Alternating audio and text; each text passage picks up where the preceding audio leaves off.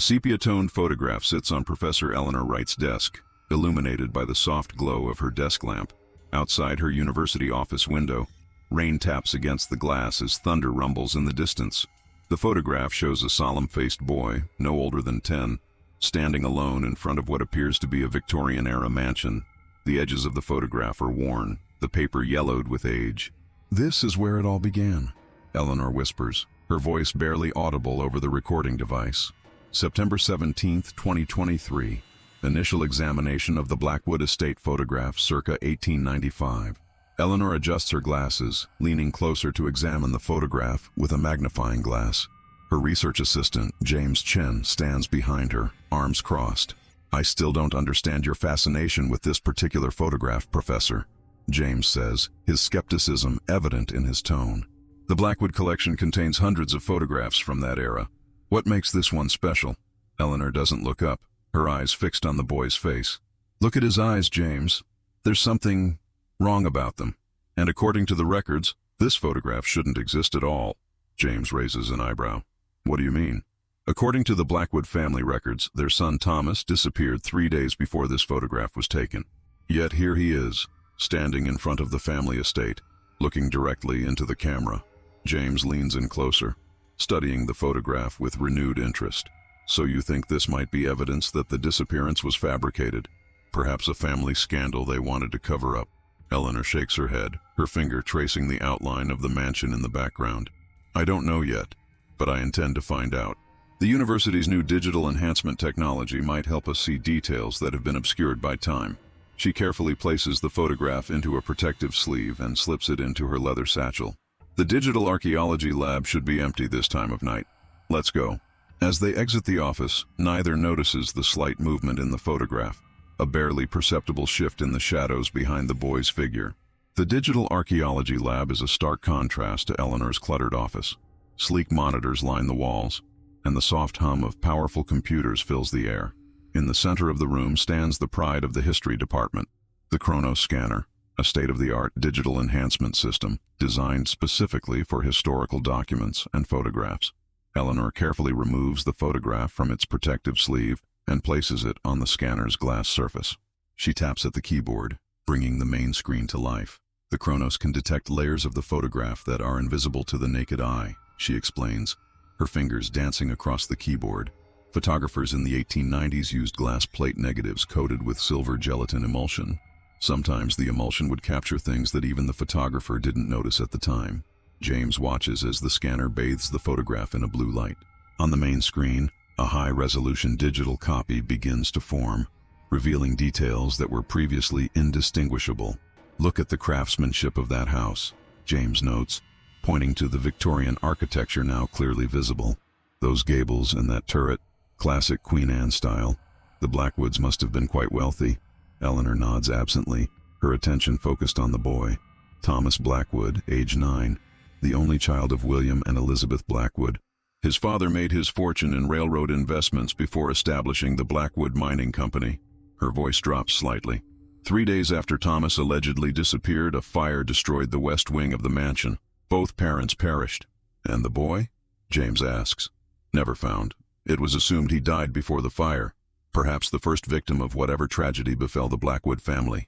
Eleanor adjusts the settings on the scanner, enhancing the resolution further. But this photograph suggests otherwise.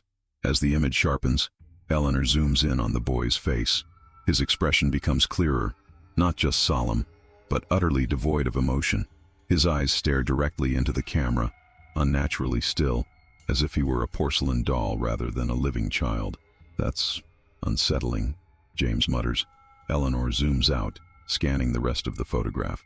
The records indicate this was taken by a photographer named Frederick Sullivan, who was commissioned to document the estate for insurance purposes. Sullivan later claimed he never photographed the boy, only the property. James frowns.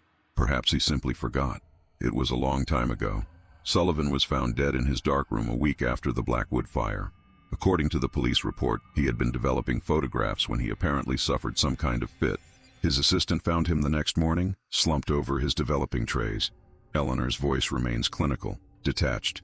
The report noted that his expression was one of absolute terror. A chill seems to pass through the room. James shivers despite himself. So you think there's a connection between this photograph, the boy's disappearance, and these deaths? I'm not jumping to conclusions, Eleanor says, her eyes still fixed on the screen. But historical mysteries like this are rarely coincidental. She adjusts the settings again, this time focusing on the mansion behind the boy. Let's see what else this photograph can tell us. The image sharpens further, revealing the intricate details of the Blackwood estate. The windows of the mansion reflect the late afternoon sun, except for one window in the upper turret, which remains curiously dark. Can you enhance that upper window? James points. Eleanor zooms in on the window, adjusting the contrast. As the image clarifies, both researchers lean forward. There, barely visible in the darkened window, is the outline of a figure, tall and thin, with an unnaturally elongated neck. The figure's face is indistinct, but its eyes seem to glow with an inner light, staring down at the boy in the garden. What the hell is that? James whispers, his academic detachment momentarily forgotten. Eleanor's fingers tremble slightly as she enhances the image further. The figure becomes clearer, a tall, emaciated form in what appears to be a dark suit. Its head is disproportionately large, its limbs too long for its body. But it's the face that causes Eleanor's breath to catch.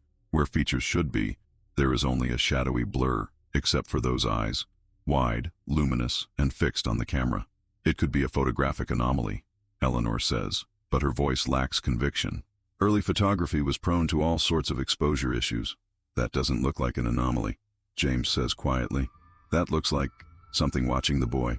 Eleanor zooms back out, her gaze moving between the emotionless face of Thomas Blackwood and the eerie figure in the window. We need to find out more about the Blackwood family. There must be additional records somewhere. As she speaks, the lights in the lab flicker momentarily. The digital image on the screen distorts for a split second, and in that instant, both researchers could swear they saw the figure in the window move. The next morning finds Eleanor and James in the university's archives, surrounded by boxes of documents related to the Blackwood family. The basement archive is dimly lit, dust particles dancing in the shafts of light that penetrate the small windows near the ceiling. The Blackwoods were quite prominent in this area during the late 19th century, Eleanor explains, carefully turning the brittle pages of a ledger. William Blackwood was known for his philanthropy, but there were rumors about his business practices. The mining company in particular was controversial. James is examining a collection of newspaper clippings from the 1890s. Listen to this. Tragedy at Blackwood Mine. 27 perish in unexplained collapse. This is dated just 2 weeks before Thomas disappeared. Eleanor looks up, her interest piqued. Does it mention the cause? The official report blamed structural failures, but there's a quote here from one of the survivors. James squints at the faded text. It came from the deep shaft, the miner claimed. Something that shouldn't have been there. Something we disturbed. The article dismisses it as the ravings of a man suffering from coal dust inhalation. Eleanor makes a note in her research journal. Any mention of William Blackwood's response to the accident? James flips through the clippings. Yes, here. He offered compensation to the families and promised a full investigation. But there's another article a week later questioning whether the investigation was thorough. It suggests Blackwood may have been cutting corners on safety measures. Eleanor nods thoughtfully. So Blackwood might have had enemies. People who lost loved ones in that accident. Are you thinking this could be related to Thomas's disappearance? Perhaps revenge? It's a possibility, Eleanor concedes, but it doesn't explain the figure in the photograph, or why Thomas appears in a picture supposedly taken after he vanished. She reaches for another box, this one containing the personal correspondence of Elizabeth Blackwood. As she carefully removes the letters, bound together with a faded ribbon, a small notebook falls onto the table. The leather cover is worn, the pages yellowed with age. Elizabeth's diary, Eleanor murmurs, gently opening it to the first page. This might give us some insight into the family dynamics. As Eleanor begins to read, the diary paints a picture of the Blackwood household in the months leading up to the tragedy. Elizabeth's early entries describe a happy family life, Thomas's education, social events, William's business successes. But as the months progress, the tone changes. Listen to this entry from March 1895, about 6 months before the incidents. Eleanor reads, Thomas has become fascinated with the old mine shaft on the east property. William forbids him from going near it, but I've seen him sneaking out at dawn. He returns with strange rocks and speaks of the whispering in the deep. I worry for his imagination. Yet something in his eyes when he speaks of it chills me to the bone. James leans forward. The east property, that would be the original Blackwood mine, wouldn't it? The one that was closed after William opened the larger operation? Eleanor nods, flipping forward through the diary. There are more entries about Thomas's obsession with the mine. Elizabeth was clearly concerned. She writes here in late July, Thomas's night terrors continue. He wakes screaming about the thin man who comes through his window. Dr. Reynolds has prescribed a tonic, but it offers little relief. Last night I myself heard a strange scratching at his bedroom door. But when I opened it, the hallway was empty. William insists it is merely the house settling, but I am not convinced.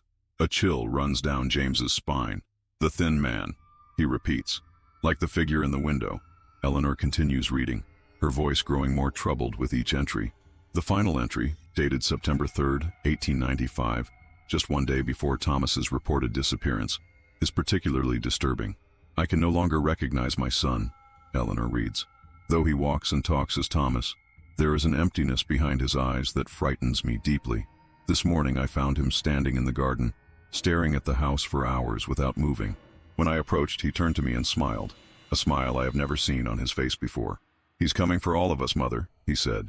He's coming up from the deep. William refuses to listen to my concerns and has scheduled a photographer to document the estate tomorrow for the insurance adjusters. I fear what may befall us. God help us all. Eleanor closes the diary, a heavy silence falling over the archive. The next day, Thomas was reported missing. 3 days after that, the fire claimed the mansion's west wing and the lives of both parents. James rubs his temples, trying to process the information. So Elizabeth believed something was wrong with Thomas in the days before his disappearance, and then he shows up in a photograph that shouldn't exist, with some kind of entity watching from the window. We need to examine the reports of the fire, Eleanor says, reaching for another box. And I want to find out more about that East property mine, the one Thomas was apparently obsessed with. As they continue their research, neither notices the slight drop in temperature in the archive room, nor the faint smell of smoke that briefly wafts through the air. The reports on the Blackwood fire proved to be frustratingly vague. The official investigation concluded that it was likely caused by a faulty oil lamp, but several witness statements contradict this finding. Servants who escaped the blaze claimed the fire seemed to start in multiple locations simultaneously, and one maid reported seeing Thomas in the garden, watching the flames with an expression of calm detachment. But Thomas was supposedly already missing by then, James points out. Exactly, Eleanor says, making more notes. And look at this. The body of William Blackwood was found in his study, but Elizabeth's remains were discovered in the East Wing turret room, the same room where we saw the figure in the window. James shudders involuntarily. What was she doing there? According to the house plans, that room wasn't used for anything. It was empty, had been for years. Eleanor's brow furrows as she examines a map of the estate, and it's the room that faces directly toward the old mine shaft on the east property. She spreads out the map on the table, tracing the distance between the house and the abandoned mine. The original Blackwood mine was small, just a test operation before William secured the capital to open the larger mine further north. But according to these geological surveys, it was dug directly into a much older limestone formation. Is that significant? Potentially. Limestone caves often featured in local Native American legends. There are several accounts of tribal elders warning early settlers about disturbances in certain cave systems. Eleanor taps a notation on the map. And look here, the survey team marked this area with a warning. Unusual acoustic phenomena, not recommended for further excavation. James frowns. Acoustic phenomena, like what? It doesn't specify, but there's a reference to a separate report. Eleanor scans the documents, pulling out a thin folder marked Supplementary Geological Findings, Restricted. Inside is a single yellowed page, the handwriting faded but still legible. Upon further examination of the eastern shaft, she reads, we encountered a chamber approximately 270 feet below the surface, which appears to have been deliberately sealed with a wall of fitted stone not consistent with natural formations. Auditory anomalies increased in proximity to this wall, specifically what team members described as whispering voices that seemed to emanate from beyond the stonework. Recommend immediate cessation of all excavation activities in this area. Some phenomena are better left undisturbed. It's signed by Dr. Arthur Harrington, lead geologist, dated May 1888. James stares at the report. So 7 years before the Blackwood tragedy, a team of geologists discovered something unusual in that mine, something that was sealed away. And years later, young Thomas became obsessed with the same mine, and reported hearing whispering from the deep, Eleanor adds. The same phenomenon the survey team encountered. They look at each other, the implications hanging in the air between them. Finally, James breaks the silence. You don't think, you can't possibly believe that Thomas somehow released something from that sealed chamber? Something that then infiltrated the house? Eleanor doesn't answer immediately. Her academic mind rebels against such a fantastical interpretation, yet the evidence before them suggests a connection that can't be easily dismissed. I think, she says carefully, that we need to see what remains of that mine shaft. The Blackwood property has changed hands many times since 1895, but according to county records, it's currently unoccupied.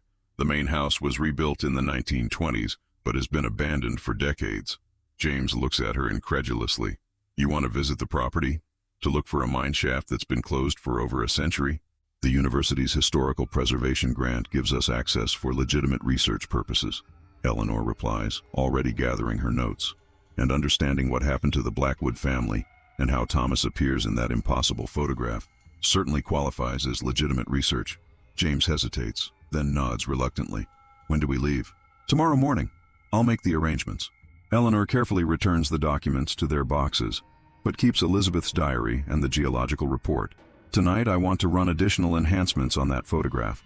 There might be details we've missed. As they exit the archives, the light above them flickers briefly.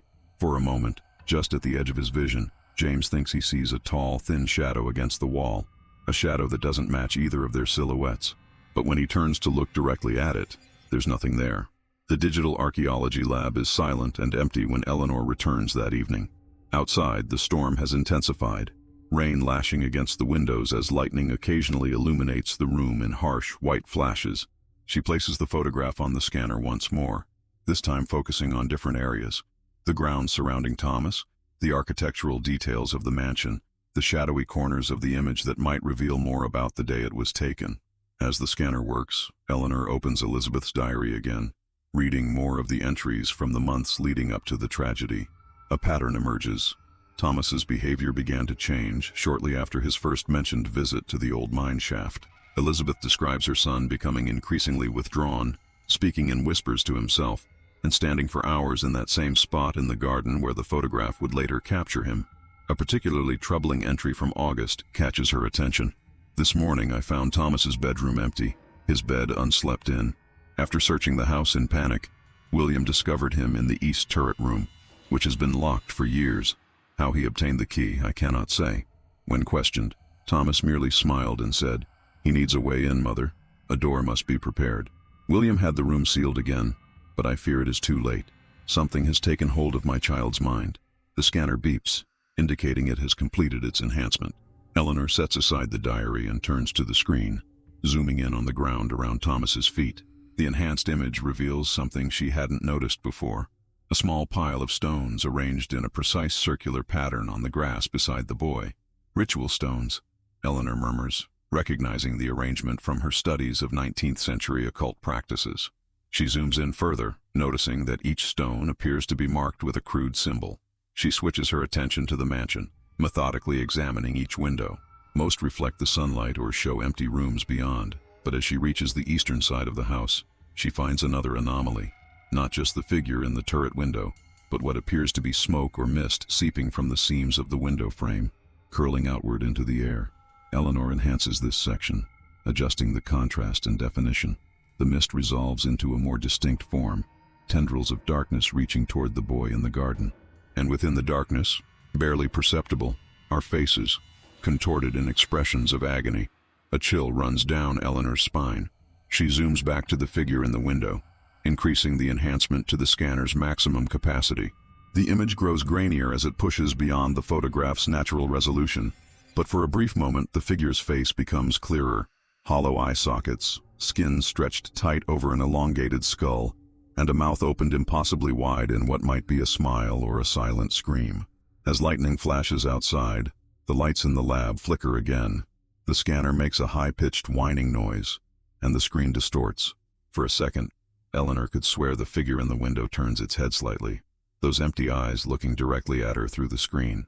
The scanner suddenly powers down, the screen going black. Eleanor steps back, her heart racing.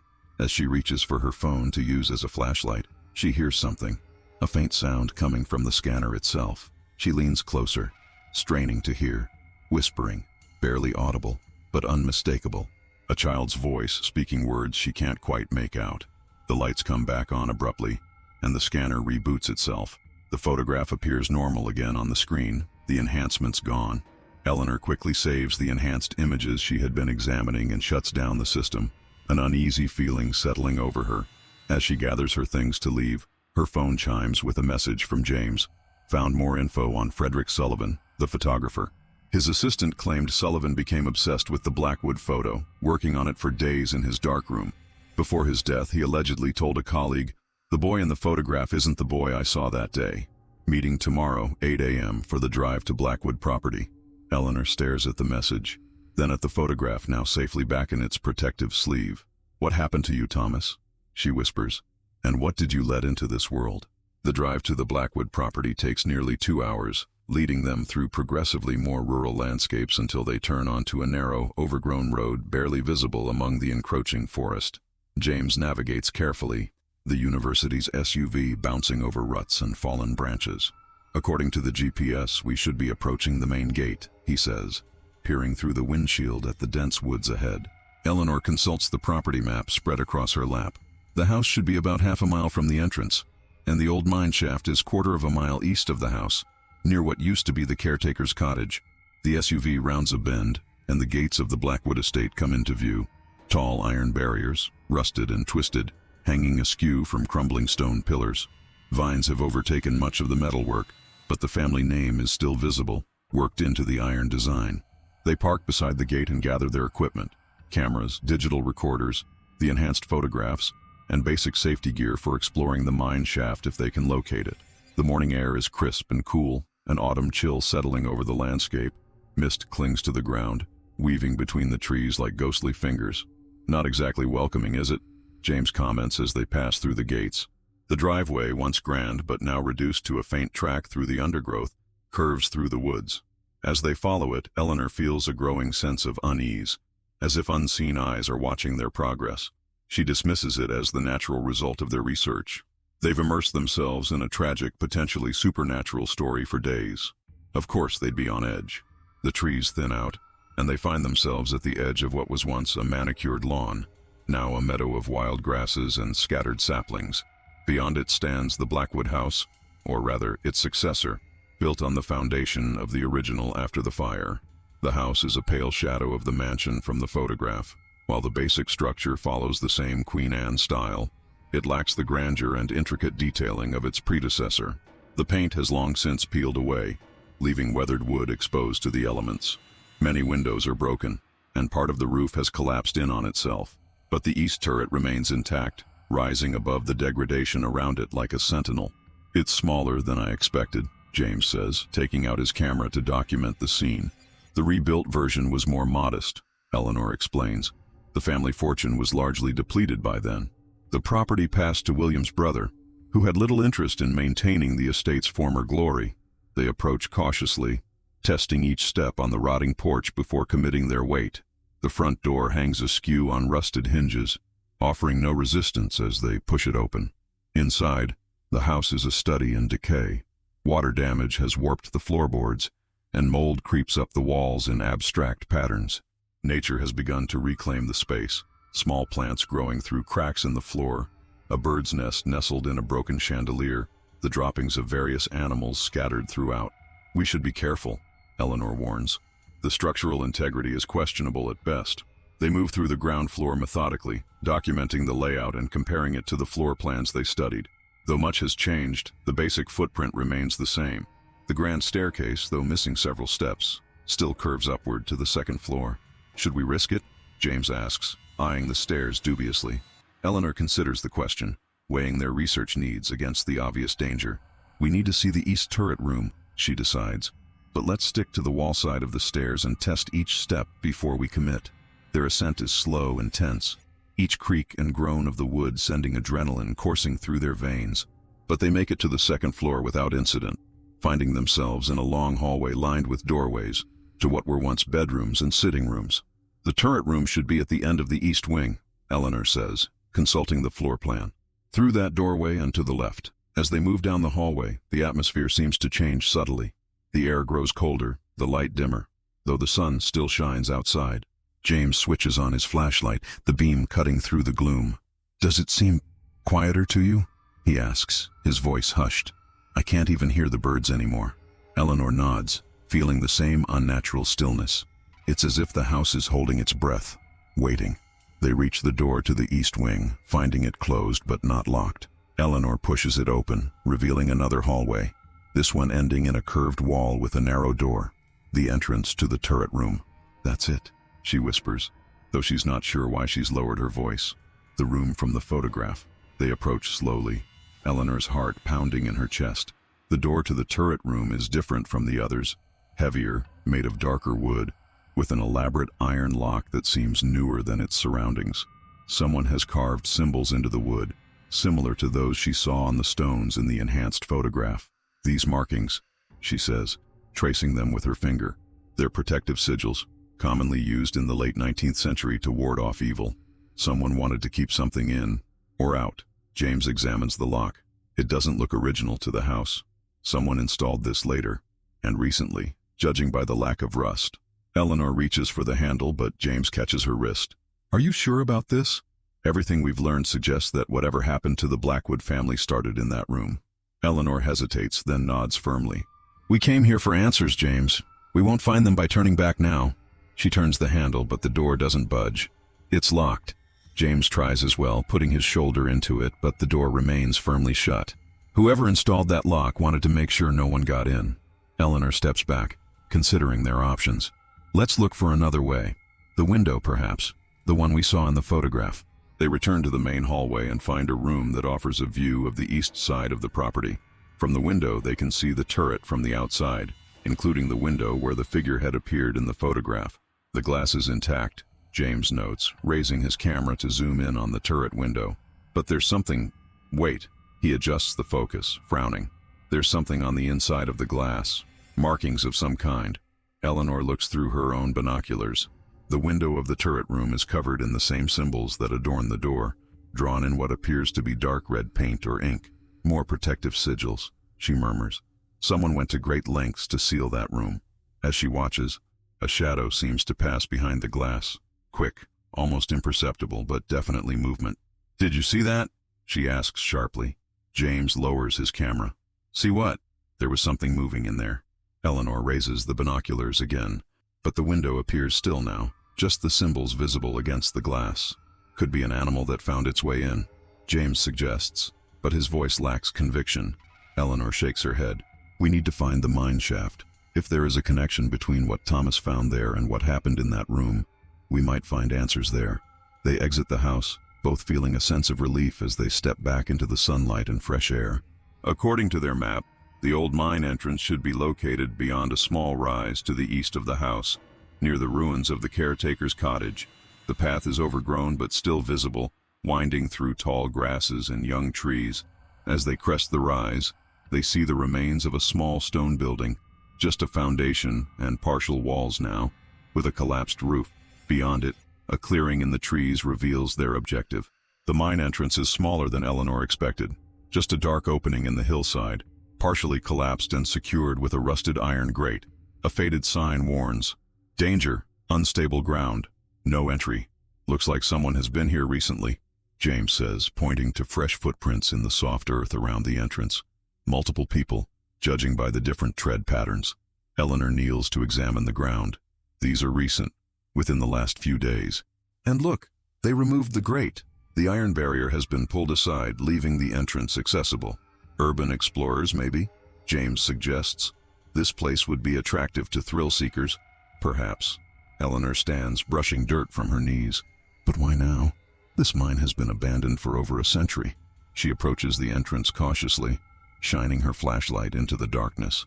The beam reveals a tunnel sloping gently downward, supported by old timber beams, many of which have rotted or collapsed. The air flowing from the opening is cold and carries a strange odor, metallic but with an underlying scent Eleanor can't quite identify.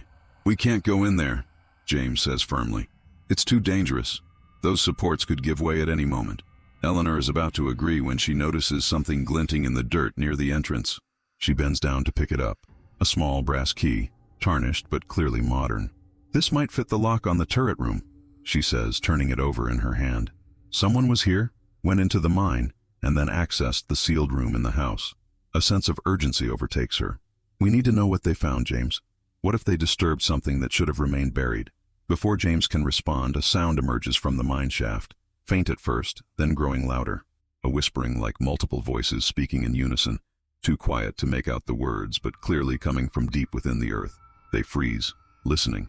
The whispering grows louder, more insistent, and within it, Eleanor can now distinguish a single word repeated over and over. "Thomas." Then, abruptly, it stops. The silence that follows feels heavy, oppressive. "We need to try this key," Eleanor says, her voice barely above a whisper. "Whatever connection exists between the mine and that room, we need to understand it." James looks torn, but finally nods.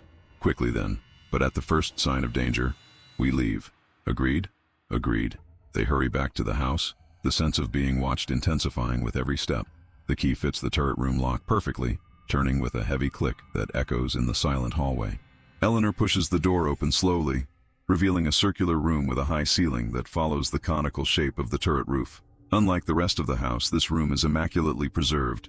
No dust, no decay, no signs of abandonment. The walls are covered in the same protective symbols they saw on the door and window, drawn in dark red ink that glistens as if still wet.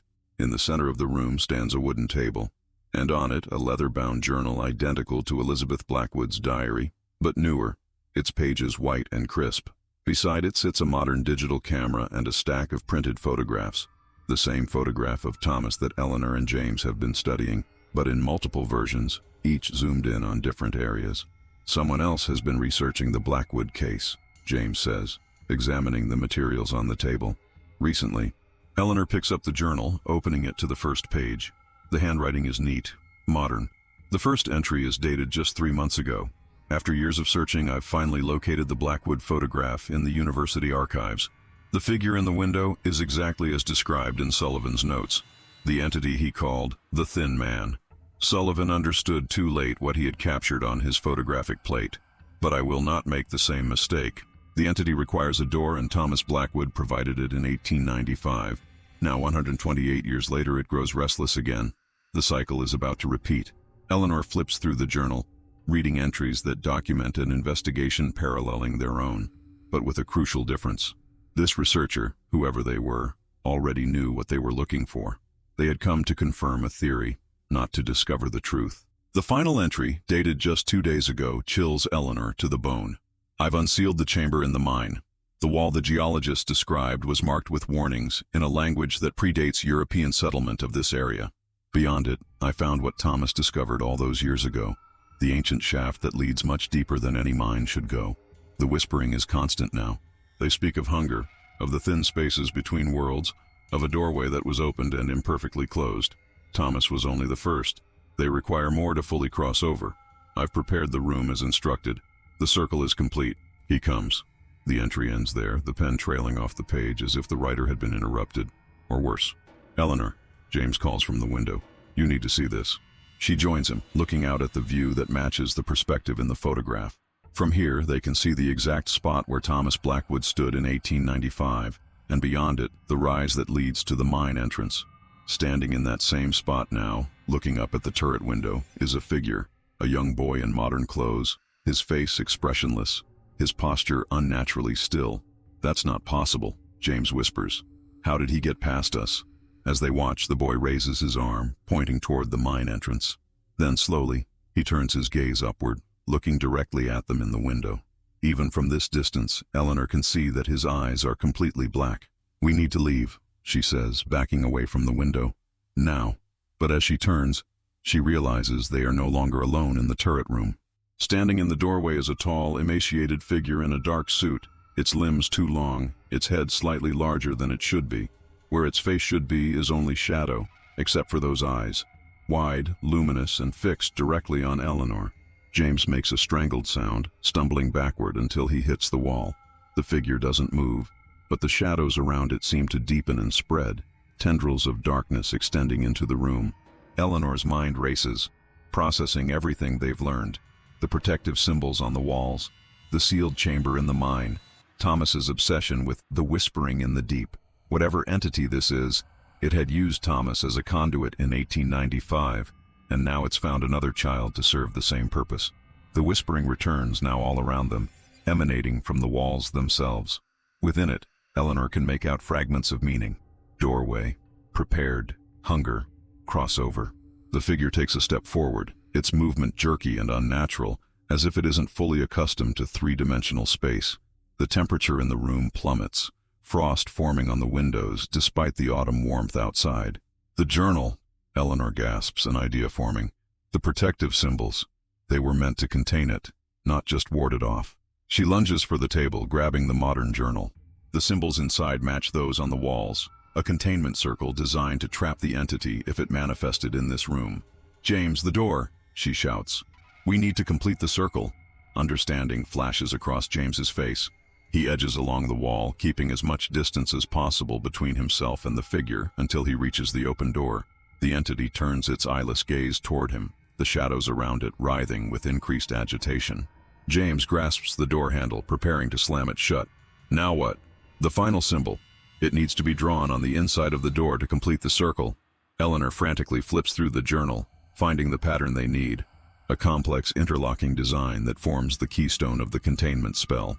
The figure seems to understand their intent. It moves with sudden, terrifying speed, lurching toward James.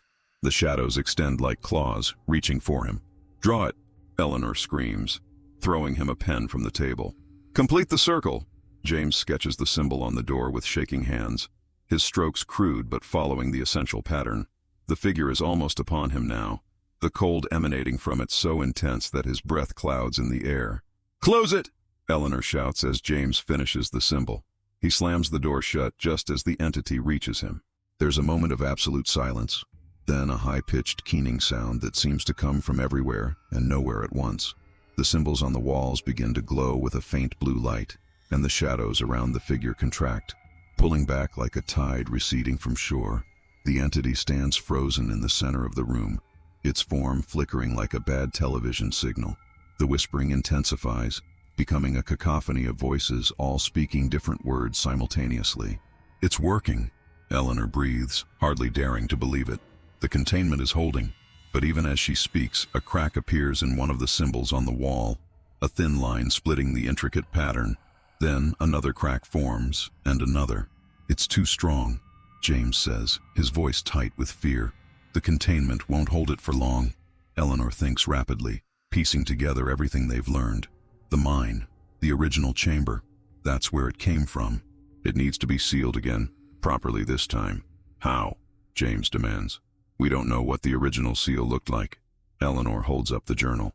"But whoever wrote this did. They found the ancient shaft, the one that leads much deeper than any mine should go. If we can find that shaft and reseal it."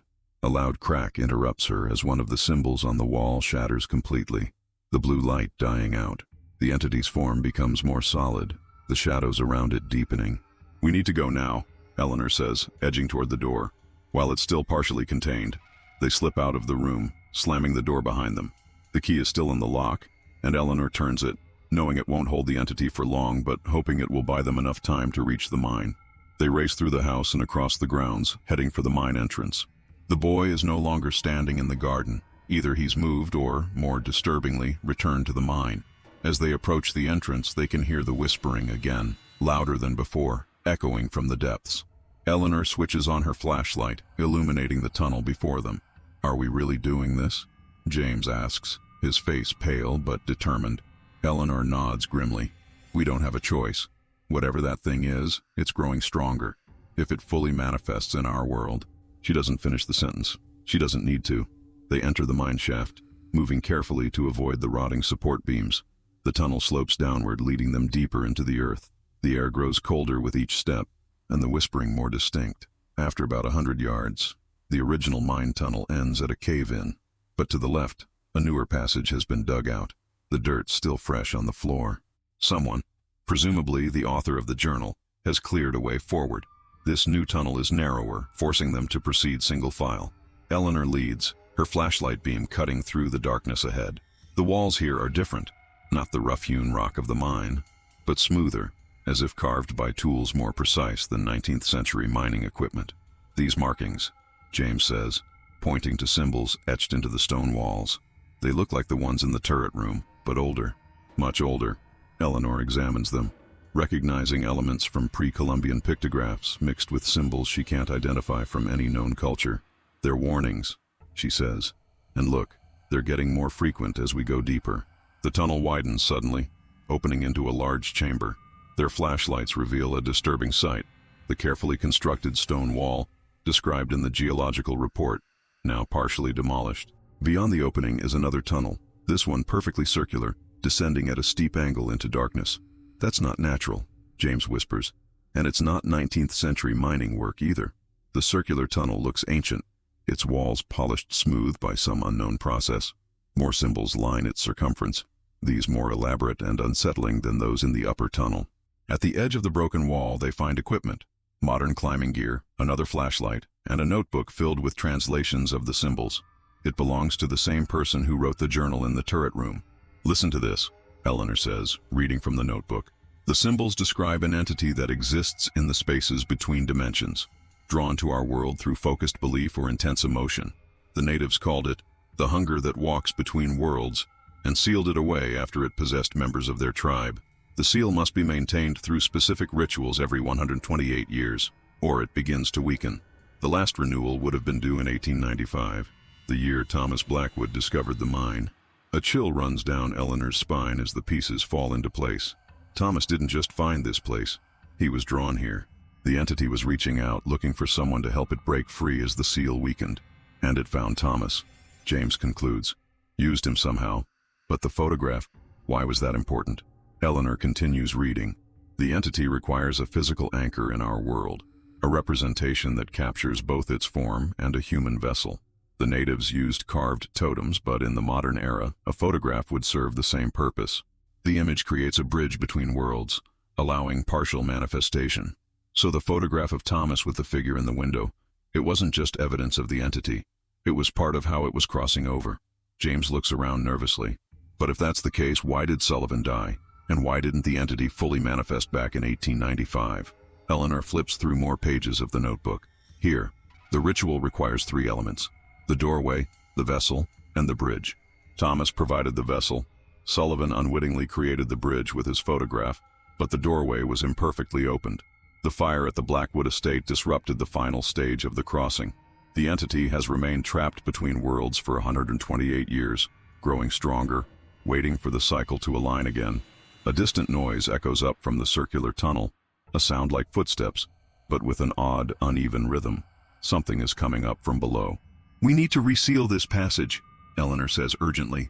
"According to these notes, the original wall was inscribed with binding symbols that specifically targeted this entity. If we can rebuild it, with what?" James gestures at the rubble.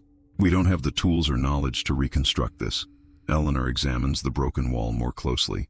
The stones are fitted together without mortar, each one carved to interlock perfectly with its neighbors. Many are still intact, just displaced when the wall was breached.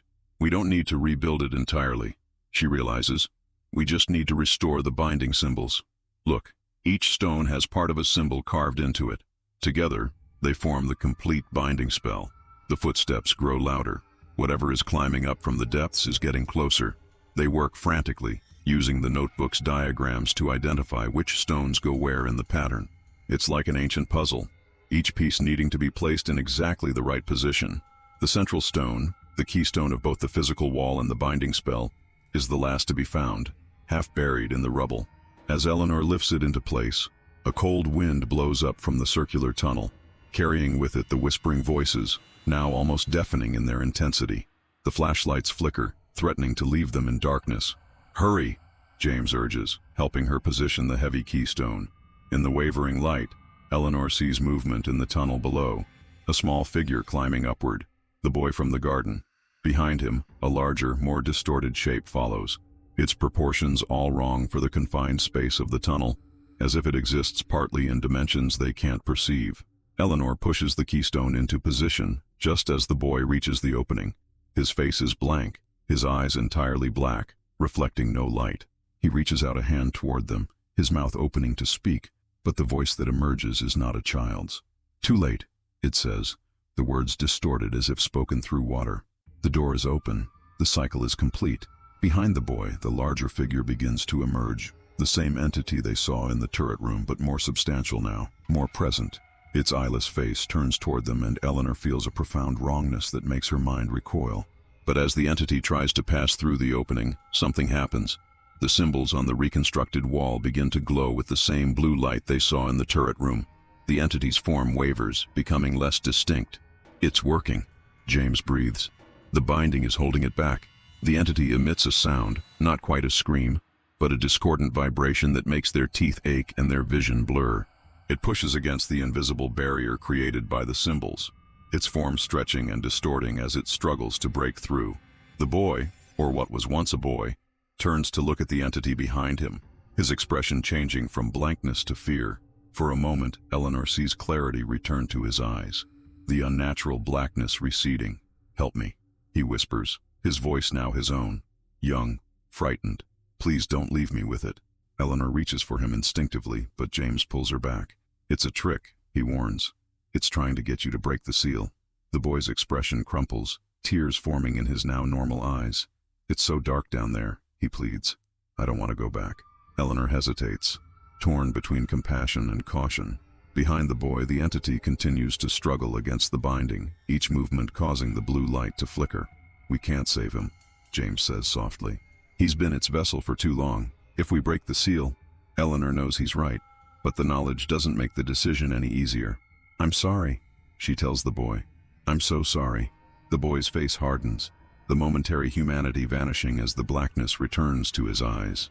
"Then you will join us," he snarls, lunging forward with inhuman speed. But he cannot cross the threshold either. The binding holds him back, just as it restrains the entity. He screams in rage, the sound mingling with the entity's discordant vibrations until they form a horrifying harmony.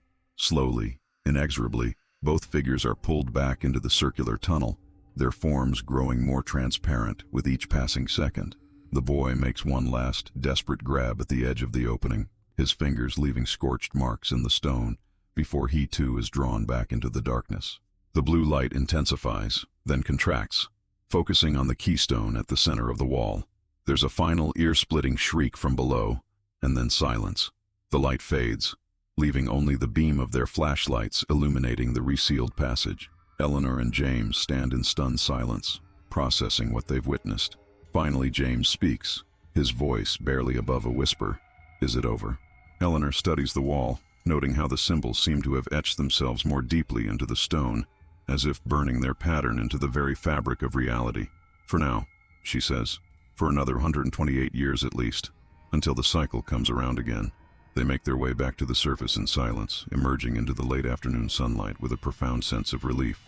The Blackwood estate seems different now, just an abandoned property, empty of the malevolence that had permeated it before. As they approach the house one last time, Eleanor pauses, looking up at the east turret. The window is empty now, no figure watching from behind the glass. But the protective symbols remain, a reminder of what nearly came through. "What about the journal?" James asks. "And the photograph? If they serve as a bridge, we destroy them," Eleanor says firmly. "All copies, all negatives, all digital scans. We document what happened here in the most clinical academic terms possible. No imagery, no detailed descriptions that might create a new bridge. And the researcher who came before us, the one who wrote the journal." Eleanor looks toward the mine entrance in the distance. "I think they discovered the truth too late. They became part of the cycle, just like Thomas did in 1895. Just like that boy." She doesn't finish the thought. Some horrors are best left unspoken. Later, as they drive away from the Blackwood property, Eleanor watches the estate disappear in the rearview mirror. The sunlight is fading, casting long shadows across the landscape. For a moment, just at the edge of her vision, she thinks she sees a tall, thin figure standing among the trees, watching their departure. But when she turns to look directly, there's nothing there. Just shadows and trees and the gathering darkness. And somewhere, deep beneath the earth, behind a wall of ancient stone, the whispering continues, patient, eternal, waiting for the cycle to begin again.